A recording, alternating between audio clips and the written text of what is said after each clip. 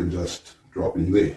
Let me get the wash into my potstill and start. You will see that on my fermenter I do have a little tap or faucet that I can open just to drain the wash into my potstill. However, with the sediments and yeast that settle to the bottom, that might put it through and into your potstill. On the burner it might cause some scorching.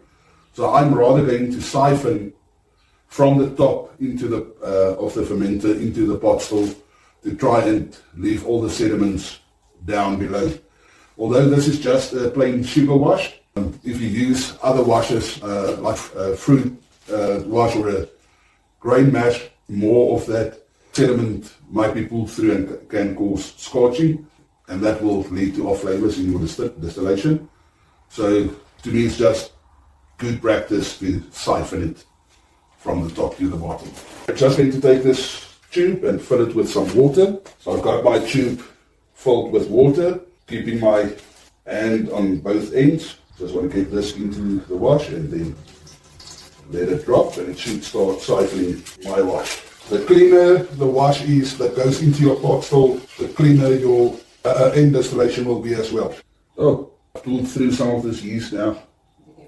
Oh, it's fine. I just want to show you in the fermenter all the sediments and yeast at the bottom. Unfortunately, I did pull some through now, but the majority at least stay behind, and that is why I don't drain from the bottom.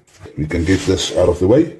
So just to give you an idea, as soon as I switch the pump on, it starts filling the condenser with cold water, and as soon as it reaches the valve at the top, it will start draining back into the bucket. So the wash is busy heating up in the potstill at the moment. It's at about 25 degrees Celsius at the moment, the wash in itself. We want to collect ethanol without scorching anything. First vapors usually shows up around 78 degrees Celsius. So I'm aiming for a slow and steady heat up of my sugar wash. The reason for that is that, different alcohols have different temperatures at which they vaporize, and doing it slow and low will help you to make those different cuts in different alcohols. Acetone's boiling point is around 56.5 degrees Celsius. So it's a lighter and more volatile alcohol, which is obviously toxic. Women use it to remove their fingernails or something.